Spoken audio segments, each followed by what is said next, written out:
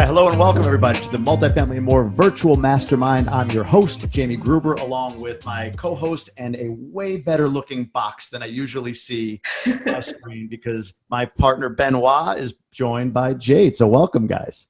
Hey, guys. Hi. Good to have you. Great to have you on here. Tonight's broadcast is brought to you, hopefully uninterrupted from my power outages by the YouTube channel for Multifamily and More. Go to youtube.com/multifamily and more. Be sure to subscribe and check some stuff out over there. Really great content, and this video will land there as well with some really good stuff that I think you're going to get out of tonight.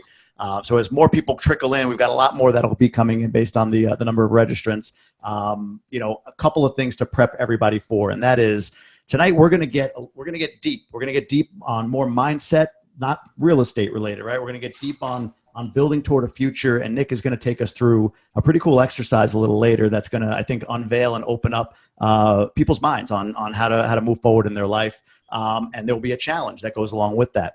For those of you who would love to meet Nick, you're going to have a chance. So at the end of the exercise, there'll be an opportunity to bring a couple people on camera. So slick it down, do your eyebrows, whatever the heck you have to do to look presentable, and we'll get you on here so you can we can debrief a couple of the learnings that we have from the exercise we're going to go through. So with that said, let me introduce the elephant in the room here, man. This guy's huge right now. So he is one of the biggest, and this is not an exaggeration, keynote speakers in the world today. The dude's in China, overseas, all over the U.S., and frequents Tony Robbins' stage. He rubs elbows with the likes of Ed Milet, Andy Frisella. I mentioned Tony Robbins, The Rock, you name it. This guy's plugged into some of the biggest names that you all know and love. Great to have him tonight. I think we're literally with a guy that's the next Tony Robbins. So privileged to have you tonight, brother. Thanks for coming here. Nick Santonastasso. You got it, my man. I'm happy to be here, and I'm glad your power went back on because I was kind of nervous. Me too. I'm sitting here. The expletives were unbelievable for a minute. Love that. Hey guys, what we're gonna do the Q&A later in the broadcast. So for right now, there's a Q&A box, there's a chat box, wherever you want to put it. Throw questions in as we go. Ben will pluck them out, and we'll have them toward the end of the show. We'll bring those up so Nick can answer them for sure. And again, if you're just joining, prepare for a little later an opportunity to come on camera and interact with Nick directly. I think that'll be a great opportunity for some folks that are wanting and willing to. So with that said, Ben, I'll hand it over to you, buddy. Yeah, sure. So thank you again, Nick, for being here tonight. This is going to be very, very exciting. Let's start from the beginning. For those who might not know you, you were born with a rare condition. Let's talk a little bit about that, your early life and your experiences. Yeah, absolutely. And so I'm 24 years old. I actually turned 24 like 10 days ago, 12 days ago. So new to the 24, right? And so thank you. In 1996, my parents went in for a late ultrasound, so everything was great. And my mom went in for a late ultrasound, and they brought the baby up on the screen. And suddenly the doctor started looking at each other with puzzled faces. And they asked, what's going on? And they said, well, from the looks of it, it doesn't look like your baby's limbs are being developed. It looks like he's missing his his legs, his arm, his face might be messed up. Clearly my face isn't messed up, right? But they said that I had cleft palate. I mean, they painted a very grim, dark picture for my parents of what I would look like. And so in that moment, they classified me with what they call Hanhart syndrome. And Hanhart syndrome is a super rare genetic disorder that either leaves the babies with undeveloped limbs or undeveloped organs. And so at the time of my birth in 1996, I was actually the 12th baby in medical history that they've ever seen this happen to.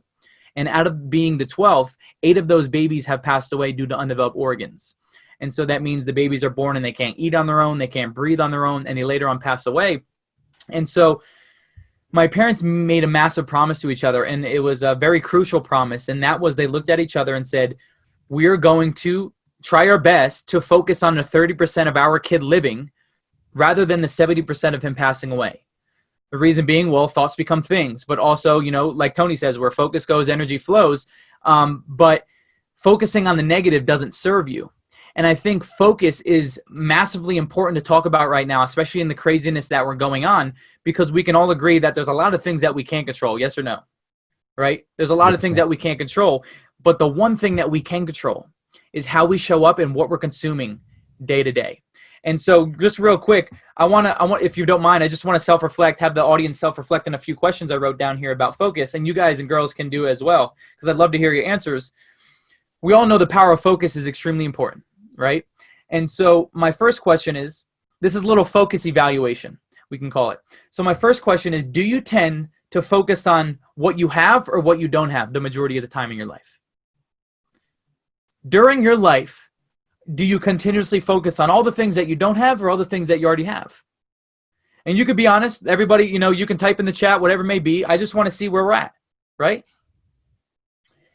Now the second, you got an answer? I'd love to hear the host and the co-host answer. Yeah. I'm looking at some of the chat, say, you know, kind of switching over, but a lot of people are saying don't have, and I'm with that person. Like I'm converting, but it's still the natural inclination is what I don't have. That's what Absolutely. I would say. Ben, Jade, what do you guys think? It's pretty much the same thing for me. It's a little bit of both. The don't have is, you know, it would be kind of what I want, but that's, yeah. What about you, Jade? Yeah, I think I try to start the day with the intention of just focusing on what I'm grateful for and what I do have. But throughout the day, things trigger us and emotions get high, and then you start to focus on what you don't have. So I know that's something that I need to refocus on a daily basis. Yeah, Nick, absolutely. We got some comments like people focus on what I want, which I think is kind of the same as don't have, right? So yeah, a lot of don't have in there for sure. Yep. Yeah, absolutely. And then so the second question is, do you tend to focus on the things that you can control or the things you can't control? So the majority of the time when you go through life, do you get upset, triggered over the things that you can control? Or, I mean, do you focus on the things you can control or the things that you can't control? Because like I said, we can all agree there's a lot of things that we can't control, yes or no? Oh, 100%. Right? Yep.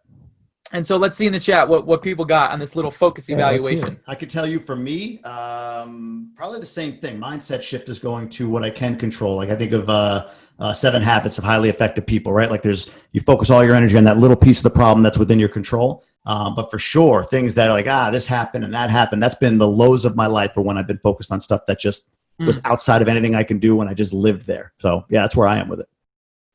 I think that's where things become difficult, because you focus your energy on things where you don't have control over, and there's not really much you can do about it. So you're kind of stuck in that little circle, and you don't get anywhere. Yeah, we got a lot of can't control. Worry always comes from what I can't control in the chat. Yep, absolutely. Yeah, absolutely. And so that's super powerful, because we oftentimes get caught up in things that we can't control. And the little mantra that I always go through is that I can't change it. I can't change it. It's already done. Move on, right? Or something already happened. I'm not going to dwell on it. And I want, before I even get to the next question, from a brother to a brother or to a brother to a sister, if you know, this is going to, I'm getting ahead of myself. Let me go into the next question before I drop some bombs. Let's do it. So the next question I got is, do you tend to focus on the past or the present or future the majority of the time? So the majority of the time you're going through life, do you tend to always go to the past, or you try to focus on the present and the future? You got future popping up. Yeah, I'm probably more in that future. Past, I'm not too bad with, but future for sure, and getting better with present through meditation. What about you, Ben and Jade? I'm all future, not present enough, and zero past. I don't look back. Yeah, that's great. And I just forget. So. Jade, anything different, or are you about the same? Yeah, no, I'm different. I think that I tend to focus a lot on the present, but I do dwell on the past too much. And, you know, I go back to those things that happened that may have caused me pain, or, you know, the things that have happened that I wish I could change. And instead of focusing on the present moment, I go back to the past too often. That kind of ties up to the previous question, because you can't fix anything in the past. You can fix today and the future. Yeah. Yeah, absolutely. And the way that I see it, right? Say we're in a car and we're constantly looking in the rearview mirror. What's going to happen? Yeah. We're going to crash, right? We're going to crash. We're going to hit something. And so what I wanted to say is, you know, for those that may be, you know, dwelling in the past, or they may be saying, wow, I do focus on the past a lot. I want to say, from a brother to a brother, or to a brother to a sister, letting you know that the past doesn't define you. The past doesn't define you, and what you do in this very moment does. And so regardless of what way you were brought up, the way people treated you, whether it was your parents, it was their best intent, you didn't have the best upbringing, I want to let you know that that doesn't define you. And so you don't need to have that's not going to handicap or cripple you unless you focus on it and dwell on it. And I think that's massively important. And so I just want to let you know that from a brother, that the past doesn't define you, but what we do in this very moment does. And then the last question for this little focus thing is, if focus is so powerful, if we know it's so powerful, what is one area of your life you want to focus more energy on? Whether that's your finances, relationships, health, whatever it may be, especially during this crazy time, what is one area of your life that you want to focus more energy on? That's a great question. I'd be curious to hear what people say in the chat as well, because I noticed the stall there. There's a couple people popping in now, and I'm thinking about it like, God, I think of like 18 different things at the same time, right? But one thing, the word that comes to mind is fulfillment. And I think fulfillment tracks down to career, right? Like where I spend the majority of my working days. So that's where I probably need to focus. I'd be curious to hear what my partner and his lovely lady would say down there. Good. I would say I want to focus a lot more on my relationships. I think that during the coronavirus time, I think being stuck indoors, you really realize how valuable the people are that you can't see anymore. I have family in different states and in different countries, and not being able to see one another really, during this time made me really aware of how important maintaining good relationships are. And I want to focus on how to serve other people with my life. I like that. Yeah, I'm just trying to be a better person than I was the day before. There's so many things to work on, business-wise or personal, like we say, relationships. And this time of, the coronavirus situation got us, close people even closer, and it certainly tested our ability to really be who we want to be.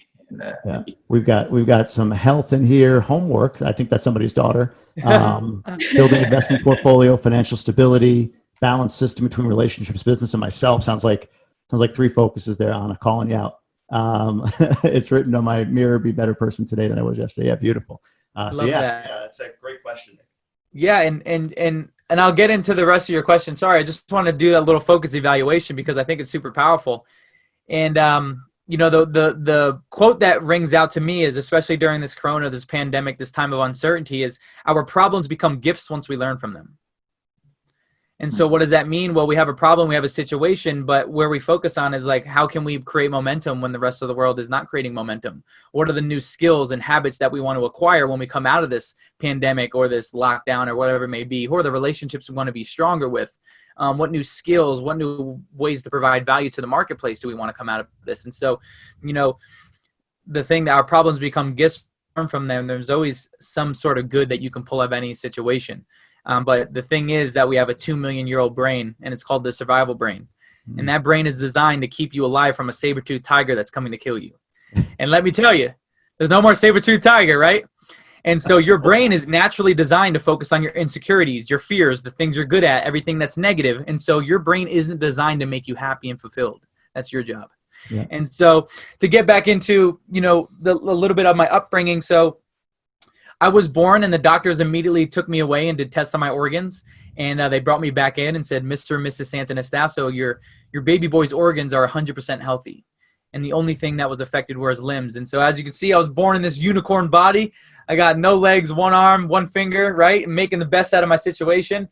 And my parents never really put much focus on my disability or whatever you want to call it, even when they introduced me to my family. And so what I mean by that is, like, they brought me home, I'm all wrapped up, right, like baby Jesus, and they bring me down and they sat me down and they didn't tell any of my siblings about my differences, and they just opened me up and they're like, oh my God, it's my baby brother, right? And with kids, if you don't put focus on something, they just think it's normal, right?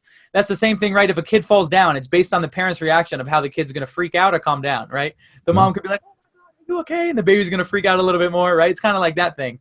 And so, I was treated very normal. Maybe it's because my parents split tested 3 times, and by the 4th time, they maybe knew how to parent a little bit better. I'm not sure what it was. But from an early age, my parents sat me down and said, listen, Nick, you're born with no legs and 1 arm, and this isn't going to change. And the world out there isn't going to change for you either. And so you have to adapt to everything that you do. And there was 2 massively important skills that my parents engraved me at an early age. And how they did that was they would put my clothes in front of me. And they say, all right, Nick, figure it out. and they give me verbal suggestions and they never do it for me. And I get pissed off. Like, you know, trying to put my shirt on, I fall over, like, why can't you just do this for me? I don't understand what you're doing. And then, you know, my next challenge came and they put me in my high chair with a spoon there and some Cheerios and said, you know what time it is? Figure it out, right? And I finally realized if I flicked the spoon off and started licking my finger and eating Cheerios that way, it was much more efficient. I always found a way, right? But the reason, what they were engraving me at an early age was, one, they got me uncomfortable. They got me comfortable in uncomfortable situations, which was massive. And I think as humans, one of our greatest fears is a fear of failure. Yes or no, right? Fear of failure. What is my family going to think of me? What are my siblings going to think of me? What is the world going to think of me if I fail? And don't get me wrong, failure is energy draining. It sucks sometimes, unless you have the right relationship with failure.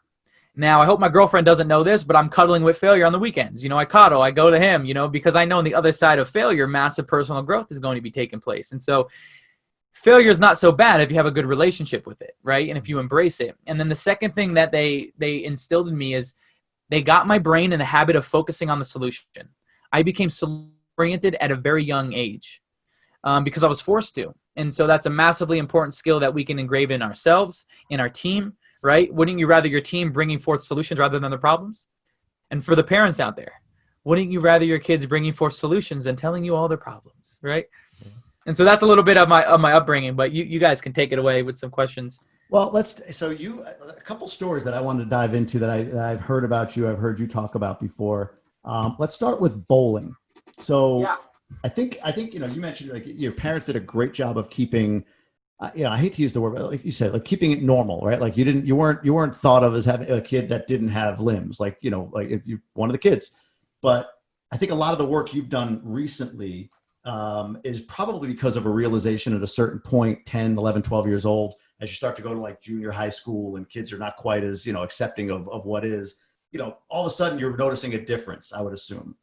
So talk me through that, if you would. I think it's important for parents of kids that are in that age, and then bring that into your bowling story. I love the bowling story. So if you could go there with it, I'd love to hear that. I'm glad you like the bowling story, because not many people bring out the bowling story. But and so we can all agree that middle school and high school were probably the most judgmental times of our lives, right? And so, you know, there was a moment in middle school where I was on the bus and there was a girl to the left of me and she was just going down the bus, you know, making fun of everyone. And I'm like, oh man, she's going to have a field day with me. And she looked over to me and I looked over to my left and I thought I was ready for what she was about to say and I wasn't. And she said, Nick, I don't even have to start with you. You're already too messed up anyway. Look at you. And I'm like 13 years old, 14 years old. And not only was that coming from a human being, but that was coming from a female. And to be fully transparent, at that time, females were my biggest suicidal trigger because as humans, we all crave love. Yes.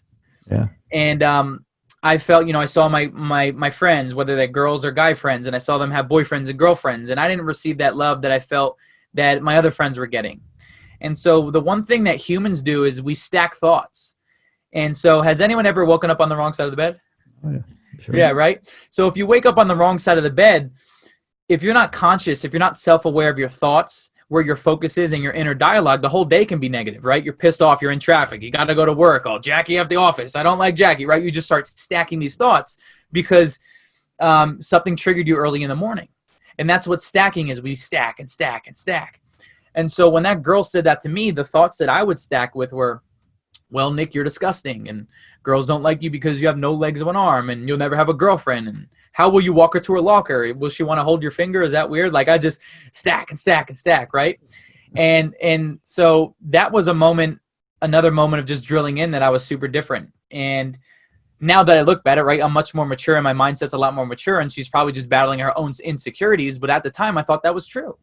You know, I thought that stuff was true. And so how do we get out of that stacking process? There's three things that we could do. The first is we can always call a level-headed friend. And I think that's massively important because the things that are going through our head are most likely not true, but we think they're true because we're just in that state. And so I call a level-headed friend. Or the second thing that you could do is move your body. And you're probably like, Nick, what does that mean? Well, when you change your physiology, when you go on a walk, a jog, when you lift, whatever it may be, do some push-ups, when you put your body under stress, your body then releases dopamine. We call that awesome sauce, the stuff that makes you feel great. Right. And so when you change your physiology and you work out or you exercise, whatever it may be, you're going to change your state. You're going to release dopamine and you're going to be in a more clear-headed space.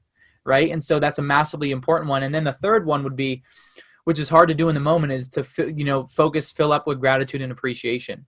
And in that moment, you're like, no, I don't want to be grateful. I'm pissed off right now, right? But the emotion of gratitude actually outweighs all the negative emotions. And so it's emotionally impossible for you to feel grateful and sad, grateful and stressed, grateful and pissed off at the same time. Gratitude and appreciation is actually the antidote for stress and anxiety. That's why, every time I travel, I put people through a gratitude exercise and I ask them, rate your stress levels before I put you through this. And then I put them through it and I'm like, oh my God, I feel so much better. And oftentimes it's just because they took a deep breath, right? Like right now, take a deep breath. Sometimes we forget to breathe, right? 6 deep breaths will change your physiology and it will relax you. But oftentimes when we're stressed, how are we breathing when we're stressed? We're probably not breathing, at all, or it's very like, but then we come back down to where we need to be, to our heart, right? And so, so there was a lot of realizations that I was super different. And so for me, I was looking for a way out. And as in a way out, I was looking for a way to fall in love with my body because I hated it. For the majority of my life, I thought my body was my biggest curse. And why me, right? I'm in that victim mentality of why do I have to be born like this? Why do I have to go through these challenges? Why do the girls have to make fun of me? And just trying to find my purpose. And my first step was bowling. And it's funny because my best friend, Dan, like I literally just texted him before this call. We're still best friends. His whole life, he was a wrestler. And his freshman year, he decided to be a bowler. And we don't judge Dan. I don't know what his thought process was, right? And I'm not hating on any bowlers, but he said, dude, I know you're looking for something. You can bowl. All you got to do is roll the ball down the lane. And when you come back, you get to eat cheese fries. Like, it's super easy. And I'm like, anything that's got to do with food, I'm in. And so I'm like, dude, I'm in, right? And so I tried out for my bowling team, and it was a step for me. It was the first step of being part of a team. Whether you label bowlers as an athlete or not, it was the first moment for me where I was like, I'm a part of a team. I'm a part of a community. And instead of going home and being alone after school, I'm with my buddies and we're bowling. Like, this is cool, right? So it was a sense of community for me. And so that's how bowling got started. It was me looking for a way to fall in love with myself a little bit more. And I think the one thing that I was searching for, my friends, is confidence. Confidence. And to be honest, at first I was like, I think you're born with confidence. I was like, oh, I don't got legs. I don't got confidence. Like, where does this thing come from? Yeah. But what I've realized is confidence is a skill. Confidence is a muscle. It's something that we cultivate. And a synonym for confidence is self-integrity. There's a massive pattern in people feeling one of their limiting beliefs that hold them back is not feeling worthy enough. Can anyone relate? 100%. Not feeling worthy of success. Not feeling worthy of fulfillment, the relationships. I'm not worthy of the weight loss. Whatever it may be, we don't feel worthy. And self-worth comes from when you work on self. And how you do that is you commit to things and follow through on them. That could be a big thing. That could be a small thing. But the underlying issue is, like, as humans, Jamie, I, myself, we're humans. We're all guilty of committing to things and not following through, right? We're not perfect. But the underlying issue is every time that we say we're going to do something and we don't, we actually diminish our self-integrity. We diminish our word. We diminish the relationship we have within ourselves, and then we have less certainty. We have less belief in ourselves, right? And so just commit to things and follow through on. That could be a big thing. It could be a small thing. That could be a 45-minute workout. That could be a podcast a day, a gallon of water a day, some stillness in the morning. But when you commit and you follow through, not only physically applaud yourself, right? Give me some round of applause because I don't make much noise with my limbs. Here we go. But when you physically applaud yourself, you also mentally applaud yourself and you celebrate your wins. Because what's the point of winning if you don't celebrate them? And it's easy to feel like a loser when you don't keep score. Quick question for you. Today, if you have a moment of self-doubt, how do you snap out of it? What's your immediate, your little risk? I will. Sometimes I go through my Instagram and I see all the things that I've done. Okay. Sometimes, literally, I'll wake up on the wrong side of the bed because we all have it, right? We're not perfect. And sometimes it'll take me coming on a podcast and someone interviewing or introing me. I'm like, oh my God, I did do all that stuff. Like, what am I beating myself up for? And so I think self-reflection is key, is looking back on celebrating your little wins, celebrating your big wins. And that's going to create momentum. And I think that's something that we can bring not only in our personal life, but in our businesses. Maybe we start our meetings off, our Zoom meetings off by, hey, does anyone have any wins they want to share? Does anyone have any little celebrating things that they want to just share with no ego attached to it, just like boast? free boasting time, right? Because that creates momentum and people are fired up about celebrating other people's wins. And so I think that humans don't self-reflect enough. And it's something that I work on each and every day. I love that, man. That's amazing. A couple things you brought up. I just want to stamp. You mentioned about follow through, committing to yourself, right? That notion of when you do, you're not, or when you don't, you're diminishing your confidence, your self-worth, if you will. I think in the community that we have, this sort of investing community, we have this notion of pay yourself first, right? Like the idea of, hey, why would you pay your taxes first or a bill first? You pay you first because you're worth it. Well, it's the same thing to your point with committing to following through on something for you. And what's blowing my mind this whole time, honestly, is that you're 24 and you're already here with your mindset. Like this took me into my 30s to start to really even begin to grasp this stuff. And you're already teaching it, which is incredible. But this idea that from a self-worth standpoint, that when you commit to you drive yourself forward. God, there was a point I was going to make in there and it slipped my mind. I'll come back to it if I think of it. The second part you mentioned was about gratitude. And I love how you said that it's an overused word in some ways, but you explained it in a way that I don't know if I've heard, which is you can't have gratitude and stress, gratitude and, fear or whatever the case may be. Once you're in gratitude, you're in gratitude. And I've found for me, again, much later than you've discovered this, that being, whatever bad situation, like my son had a bloody nose the other day, just bloody nose for no reason. He woke up, probably picking it. He's 4 years old, who knows, but had a bloody nose, comes crying for me. And it's a sad thing, but I in practicing gratitude, I was grateful that when he said daddy, that daddy was there. I was grateful to be able to be there for that, right? So even in a negative situation, to think of, okay, what can I be grateful for? Or if I have an argument with my wife, well, she could be arguing with another man, right? It's me that she gets to argue with. So I'm grateful that I'm the guy that gets to argue with her, right? So I like that. It's really trying to take anything that feels like it's heavy and negative and terrible and leaning into gratitude, because you're right. The moment you do, whatever the argument was goes away. The bloody nose goes away. That fear that you have as a parent or whatever goes away. So I thought that was a really, really great point. And I don't remember what my other point was on the follow through for yourself, but it was good. I promise you that it was. But anyway, I just wanted to affirm you on that. Yeah. And just to piggyback off that, a massive breakthrough for me this probably past year, and it's been like my breakthrough word of the year is compassion. Compassion. And what I mean by that is oftentimes as us high achievers and people that want to go, when things don't go our way, we kind of get pissed off, like, why is this not going my way? And we push and we push and push. And oftentimes we go to, anger. We go to being angry and trying to do things with anger or some force, right? And I always remind myself to come back to compassion, because when has an argument gone right when you're angry? Yeah. When has a team meeting gone right when you're triggered or you're angry, you're pissed off? And so I always try to come down to compassion. There's a quote: when you're in your head, you're dead. When you're in your heart, you're smart. Oh, I haven't heard that. So when you're in your head, you're dead. You're overthinking things. You're all over. And when you're in your heart, you're smart. And that comes down to compassion and gratitude. But even having compassion, I've heard, real estate agents say a deal fell through because there was a lack of compassion on one side.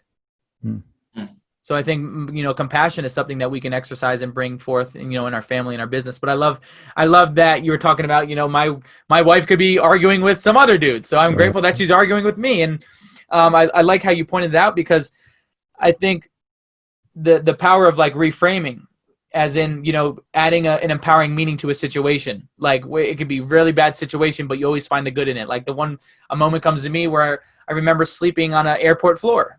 And I'm just like, well, I'm going to be more grateful when I'm laying in my bed, So it's just finding the bliss in the moment, right? Absolutely, 100%. And going back, because we're going to talk about a challenge in a little bit that you're going to put out for all of us. But you mentioned about falling in love with your body, which I thought was a great, great line. I like that.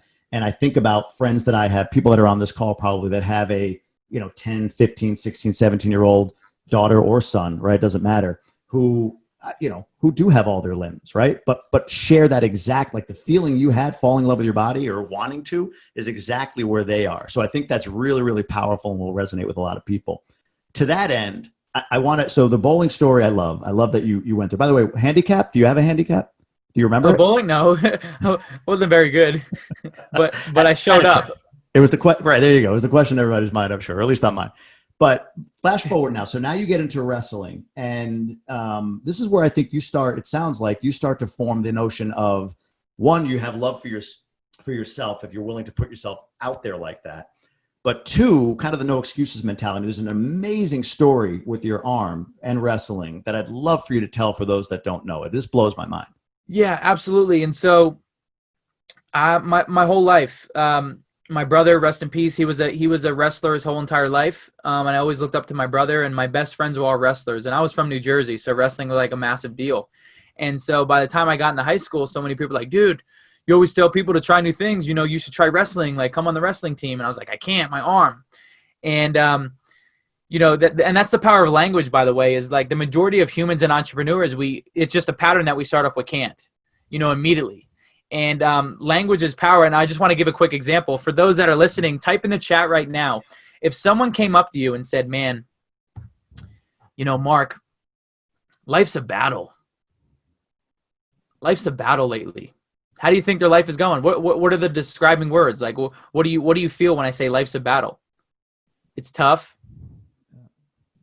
Rough. Oh, you guys are rhyming now. Hard. Challenging. Jamie, what do you think of when I say, man, life's a battle, Jamie? Yeah, I think negative mindset. Victim. Yeah. Heavy, losing. Heavy. And then if someone came uphill, yeah, losing. And then if someone came up to you and said, well, Jamie asked me, you know, how's life? I mean, man, life's a dance. Does your energy shift in that moment? It does. Just by your language? What does life's a dance feel like? Just put it in the chat here. Life's a dance. If someone said, man, life's a dance lately.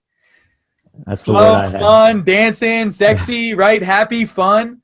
Look at the energy even, Nick, in the chat, right? Like the first people are struggling. Boom. Yeah, like, bah. Here they come, right? Joy, fulfillment, happy, light. You know, that's really cool. That's the power of words. Yeah. And sometimes we don't realize it. That's the same thing. Has anyone ever heard someone say, yo, she stabbed me in the back? Did she really stab you in the back?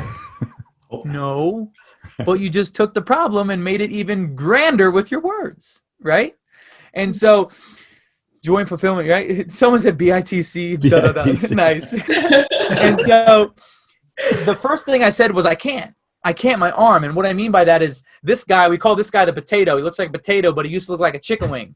And the reason why it looked like a chicken wing is because this arm was 5 inches longer than it is now. And my bone was going faster than my skin. So it was like your finger, but it was super sensitive. And the bottom line is, if I would have hit my arm hard enough, my bone would have came through my skin.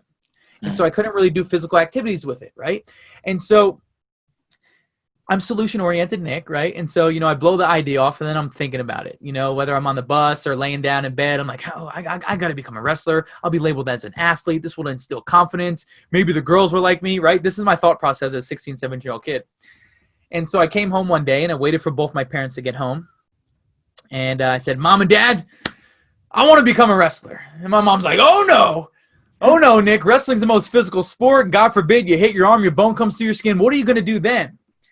And, you know, I came up with a solution, and I said, well, can we cut my arm off? And they said, what? I said, yeah. Can we cut my arm off? And my mom was like, Nick, wait, first off, the right word is amputate. You're so aggressive with your words. I said, okay, I'll use your words. Can we amputate my arm? Can we do something about it? And they said, Nick, is this something that you really want to do? And I said, absolutely. And I think they were so supportive because I brought forth a solution.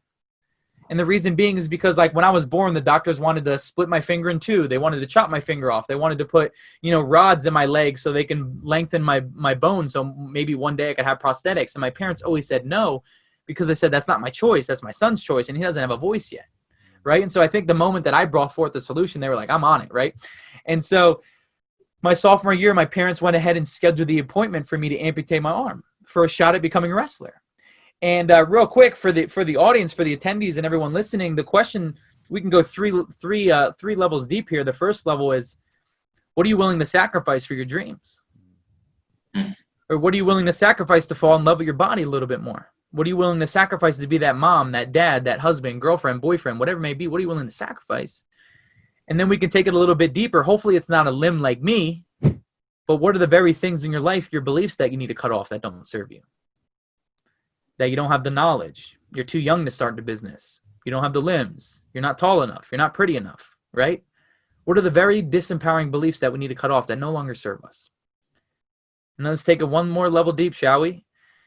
Who are the very people in your life that don't align with your core values and your vision that you need to cut off? That don't really, you know, align with who you are and what you're doing. And, and we don't necessarily have to cut these people off. We can do something I call from loving from afar, which means we just don't give them all our energy, And so I kind of view life as like, who's in your front row of life?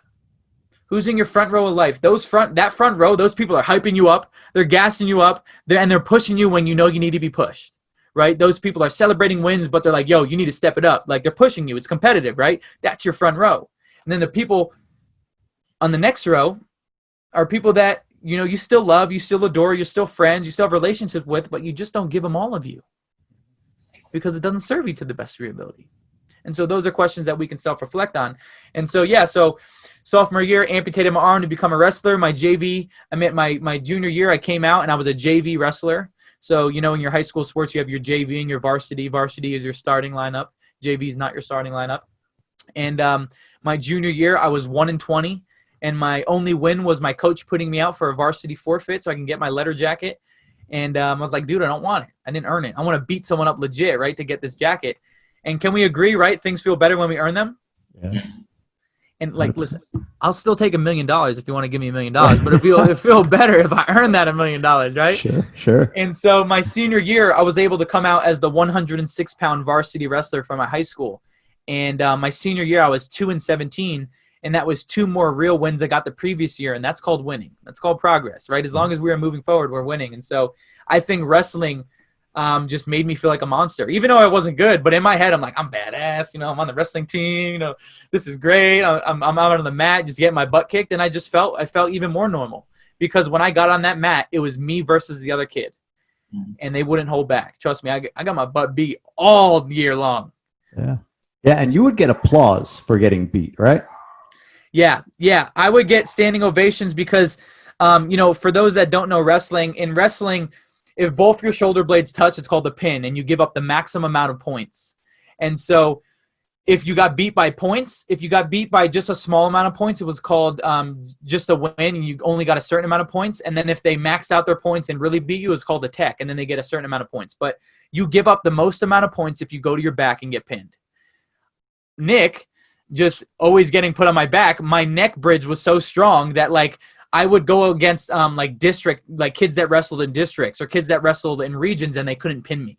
And that's why I get standing ovations, because I wouldn't quit. And they'd be like, this kid's so annoying. I can't put him on his back. He's just and so I'd walk off the mat and people would just be clapping because I gave it my all. Regardless of if I got my butt kicked, at least I left it all on the mat. I love that. So now let's, by the way, for folks, again, get ready. We're going to, in a few minutes here, we're going to bring some people on to kind of reflect on what you've learned so far. Nick, do you have another activity or did we go through it at the beginning? Do you have one more activity to go through? Yeah, it's a pretty long activity, so we don't have to go through it. Let's do it, man. Because if you're good, we've got about 20 minutes left. Maybe a couple minutes of bonus time if you're cool. But okay. I want to go through this because I think after that, some folks that can reflect can jump on and we can talk through it. And then I want to talk about this challenge that you have coming out. So go for it. Yeah, absolutely. So right now, for those listening, if you have something to write down, clarity is power. And what that means is exponential growth can be achieved when you know the destination before you begin. And so, we need to have a roadmap. We need to have a roadmap of where we're going and what we want.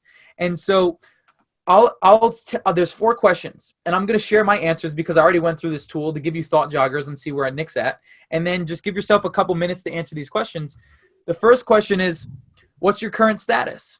And in parentheses, I put the truth. So the truth about where you are in your business or your life. Just what's your current status? And I put, for me, I'm currently pivoting to virtual events such as these, creating products other than speaking to scale the business.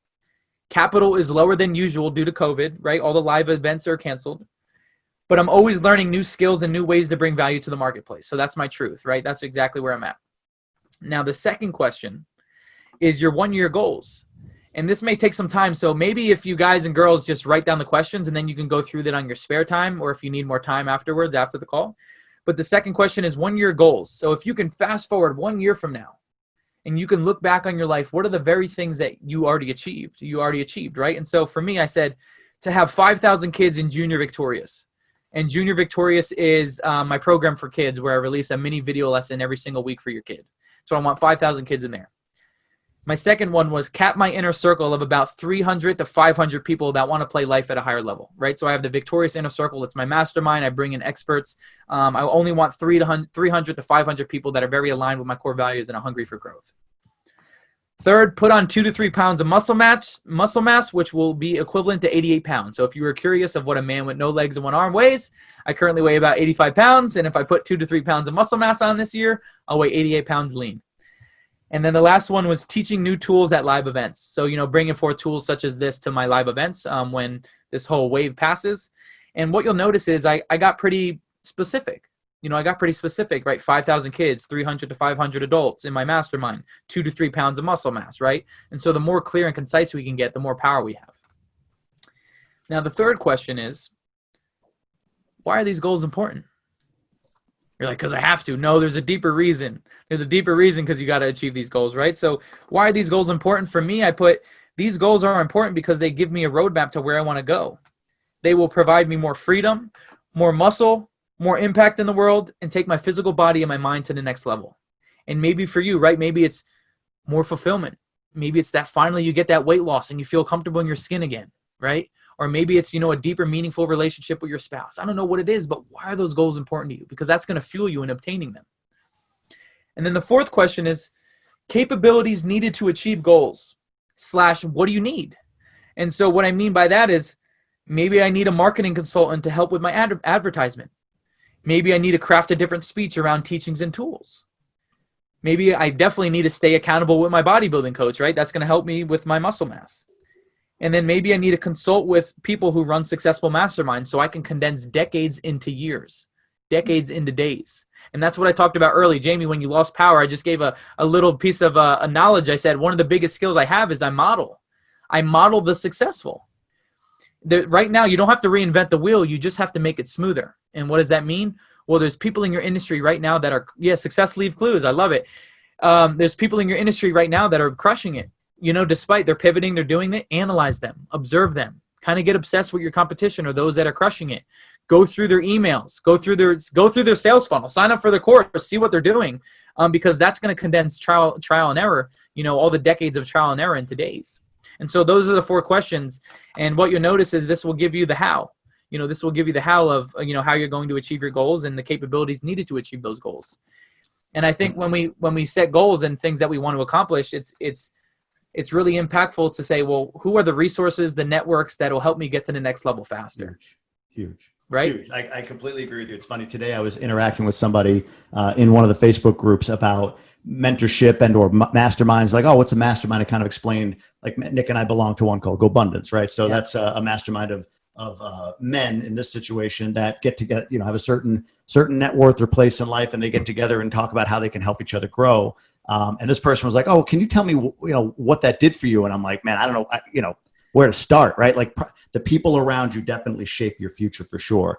So I think that's a fantastic set of questions. And what I want people to do real quick is if you're on Zoom, at the bottom, you'll see a participant box. And you should, when you click that, see something that says raise hand. For anybody that might want to jump on here in a minute and maybe talk through, doesn't have to be all 4. Maybe it's current status. Maybe it's a 1-year goal. Maybe it's why your goals are important or the capabilities you have. Or maybe it's a quick run through of all 4. I'd love to hear from a couple of you. We'll bring you on camera and have you kind of talk through, meet Nick, talk through what those things are. So click on participants, raise hand. And if you don't see that for some reason, just drop I see one person already has their hand up. Drop a comment in the type message here part and we'll grab you. But Nick, while people are contemplating if they want to get on camera, we got a couple popping up here. Why don't you talk about Junior Victorious and what this is all about, what the concept of Be Victorious is, what the program is that you're designing and moving forward with?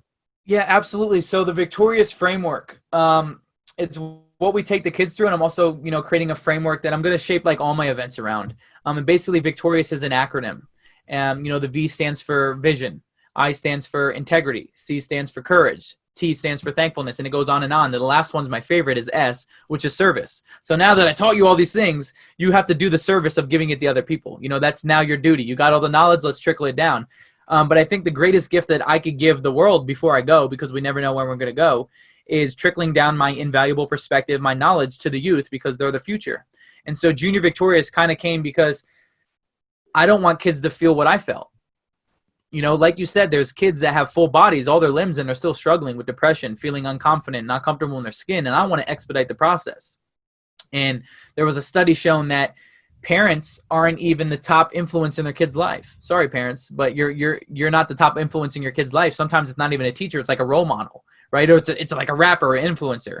And so I'm like, man, if I have this influencer, celebrity, you know, aspect to me. If I can teach the kids, they'll probably listen to me with an open mind. And so Junior Victorious is where every single week your kid gets a mini video lesson from me, and I take them through the whole acronym of vision. And then, you know, we call it, I got it from the Fambundance guys. We call it heart work instead of homework, because kids don't like homework. They like heart work, right? And so, you know, at the end of the month of V, your kids create a vision board and they present it, right? And so it's pretty dope. It's pretty dope. And so it's a product for the kids. And then, you know, eventually I'll have a framework for the adults as well. I'm creating my Victorious course, and then we'll talk about the challenge later. Okay. All right. Let's jump a couple people on. I think one of them might be somebody a little younger. So I'm going to start with Jeff Gebhardt. Jeff, I'm going to bring you on here. You're going to see a request to be promoted to panelist. And Jeff, when you come on, we'll just take a minute, because we're running a little short time. We'll take a minute here, and just if you could run through, it might be your daughter, I'm not sure, and just tell us what your you know, where you are on this clarity, or where, you know, whoever's coming on right now will tell us that. So promoting you to panelists right now, and then we'll grab Josh and Grant, and we'll move on to the challenge and talk through that. So Jeff, I see you up here. I'm going to unmute you. And if you're able to come on video, all the better. If you can't, it's fine. Oh, there you are. There you go. There you go. Hey, Say hi to Nick. Hello. We can't hear you. You're muted. Oh, there you go. Oh, no. Now I can't hear you. Hold on one sec. I'm going to try one more thing. Panelists, where are you, Jeff?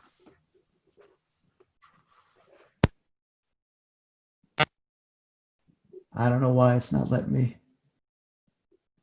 Oh, man. Jeff, stand right there. See if you could talk. I'm going to bring on one other person while you're going. So, Kara, I'm going to bring you on real quick, and then we'll see if we can get Jeff here. So, Kara, I'm promoting you to panelists. Guys, I'm just going right down the order that I see on my screen here. So, Kara, when you come up, we'll get you on video, and I'd love to hear what you have going on. So let's unmute you. Hi. There we go. Hi, can you see me? Yeah. Yes, we're good. Yeah. And sound. Awesome. Hi. So my name's Kara Kennedy. You wanted me to address where I'm at right now with respect to the talk, right? Sure. So Nick, thank you so much for sharing your wisdom and everything you've learned. I've been in kind of my growth mindset, I like to say, for the last couple years, and clarity is power has been my theme of the last month or two, you know, while we've all been home and having time to think more often than we did before. I'm wondering if you have suggestions on really honing in on clarity when we're in a world of noise and information overload and, you know, constant contact, and what you do to really hone in and focus, because that seems to be our power skill of this information age. Absolutely. It's a great question. The thing that rings out to me is complexity is the enemy of execution. So complexity is the enemy of execution. And what that means is, let's keep things simple. You know, oftentimes how the brain works is it goes 1, 2, 3, many, right? So we're like, oh man, you know, if you have 7, 15 things on your list, you're like, I'm not doing any of these, right? We've all been in that moment, right? Where we have way too many things on our list. I'm like, I'm not doing any of this. And so what I would suggest to you is, instead of to-dos, right? Instead of having a to-do list, maybe we have an outcome list. You know, what are my main outcomes for the week? What are my main outcomes for the day?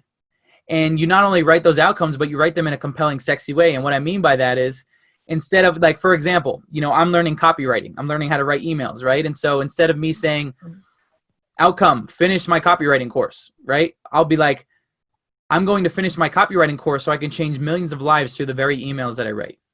Right? Something that's more compelling than just the average outcome. And so, you know, I would suggest 3 to 5 outcomes, maybe for the week, or maybe 3. But I would keep it simple. And oftentimes, as us entrepreneurs, we get shiny object syndrome, right? We all have that, where we're like, ooh, I want to do this. Ooh, I want to do this, right? Yeah. And so my Jeff Hoffman, a great mentor of me and Jamie's, has told us, you know, get a gold medal in one thing and then move on. You know, so what's your gold medal?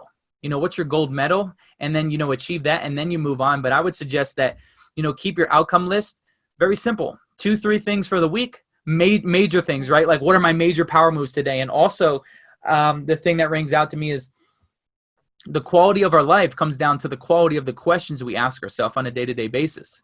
And so what I mean by that is our brain's like a computer. So you ask a bad question, what kind of answer do you get? Yeah. Bad answer, right? Yeah. You ask a better question, you get a better answer. And so, maybe today, some of my mantras is, maybe today you wake up and say, how can I give myself a raise today? And that'd be like, what are the very things that I'm going to do that provide more value and more income? Or, maybe you go into a room and you ask yourself, how can I be a blessing to someone in this room today? Yeah. But the better the quality of the questions you get, the better answers you get. But what I would say back to the outcome thing is, let's keep it simple. Let's keep it simple. Maybe 2, 3, 4 things for the week that are major power moves for you that like, yo, if I did these things, like, I'd be feeling good. But keep it simple. Yeah. Does that help? Love it. Thank you. Yeah, that's great. Thank you so much. Kara, thank you. I'm going to drop you back to the attendee. Thanks for jumping on. And we're going to jump over to, there we go. Then we're going to jump over to Jeff. Jeff, I see you typed. Can you just say something, see if we can hear you real quick? Yeah. I can read it. But we can read it. So for those that may not be able to see it because it's just to us, Nick, I'll throw it out there for you. He said he has his 19-year-old daughter, Kendall, who you can see here. I think he hired a model and is calling her his 19-year-old daughter. But she is 4 weeks post-op on her 5th hip surgery with more to come. Can you give her some advice on how to overcome? What's the best advice for turning this into a positive? Yeah, first and foremost, because what you've been through, you have a perspective that not many people have. Right? So you've been through some things. And that way you're a little bit stronger than the rest that haven't gone through some hip surgeries, especially 5, right? And so you're way stronger than the rest. So take a sense of comfort in that. High 1, give me a high 1. Make sure it's not the middle finger. There you go.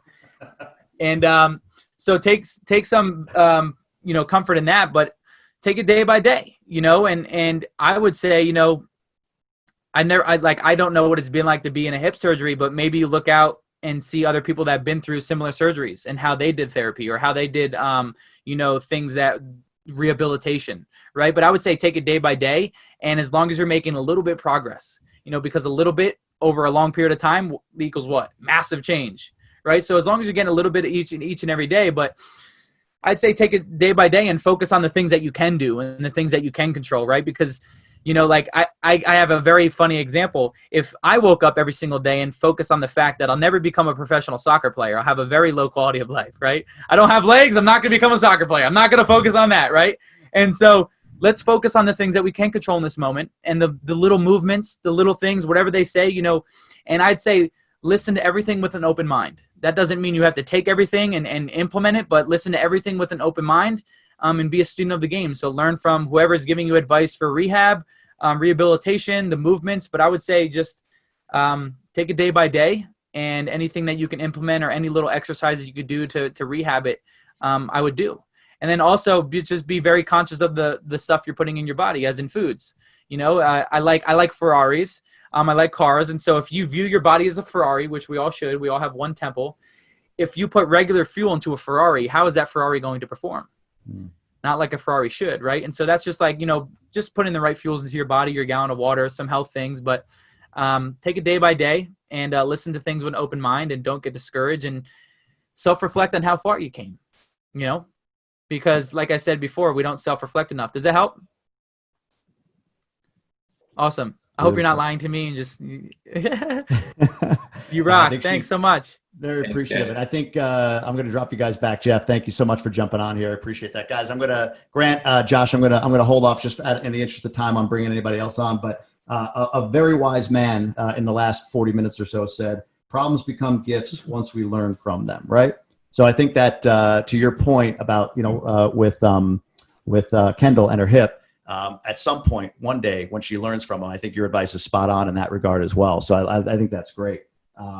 Yeah, very cool. So Nick, let's talk about, there's been questions in here about what's the age for junior victorious? What's this all about? There's 3-4 questions in here. People that are asking, kids that are asking, hey, is this something I could be a part of? Give us more. First off, give us before people may have to drop off at 8:30, I want them to have the website. What's a website they can go? Well, give us the challenge and the website so we can make sure we get that in there real quick. Okay. Yeah. So if you enjoyed today's session, if you got some value out of it, starting Monday, I do the 3-day free Victorious Challenge. It's free. It's only 1 hour of your time. And at 11 a.m. PST, I go on Zoom live, and you can come in and interact with me live, and we do group coaching, but I'll take you through a tool. And basically it's to take your body and mind to the next level. And right now, like I said, there's not many things we can control, but we can control how we show up and the things that we're consuming. And so I want to create more clarity, more momentum, and more purpose in your life. And I could do that in 3 days. If you just, someone said, no worries, what day and time again? I'll let you know the day and time, but creating more momentum, clarity, and purpose in your life. And I give you some challenge items, and it's things that I committed to that really create momentum and self-worth in myself. And I've already split tested on myself. And I'm like, man, this works. This is good stuff. I'm going to use it on you people. Right. And so if you got 1 hour of your time, it's at 11 a.m. PST, and I'll drop the link here. Oh, dope. You got it. He's already got it. You're the man. All over. The guy's a man. You're the man. Absolutely. So yeah, challenge.victornick.com. And like I said, it's free. It's 1 hour of your time. Come join me on Zoom. And it's going to be alongside other people in there, not only your group, but other people that have been brought into the challenge. And basically, I'm not only teaching you tools, but I'm taking your body and mind to the next level on the very things that I committed to that helped me sculpt me into the man I am today. Yeah, I'm signed up already. Not to cut you off, sorry, but I'm signed up already. So I would love to even do this as a community challenge, right? And Ben and I will drop it in all of our communities for folks to sign up and join. I think that would be great. It's 3 days, 3 days, 3 hours of a week. I think it's definitely doable. Ben, you send it to all panelists. You got to send it to all panelists and attendees, buddy. People aren't seeing the link. And hey, what's the age, Nick, typically that you feel benefits most? Is it any kid, any age? I mean, that's school aged or? Yeah, so it's roughly 10 to 18.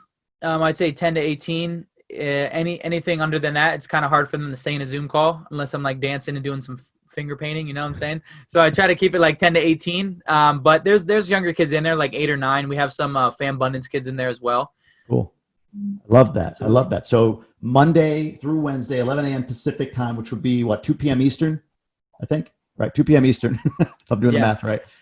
Challenge.victornick.com. Ben did correctly now put it into all panelists and attendees. Thanks for that, Ben. I'm just busting his chops a little bit.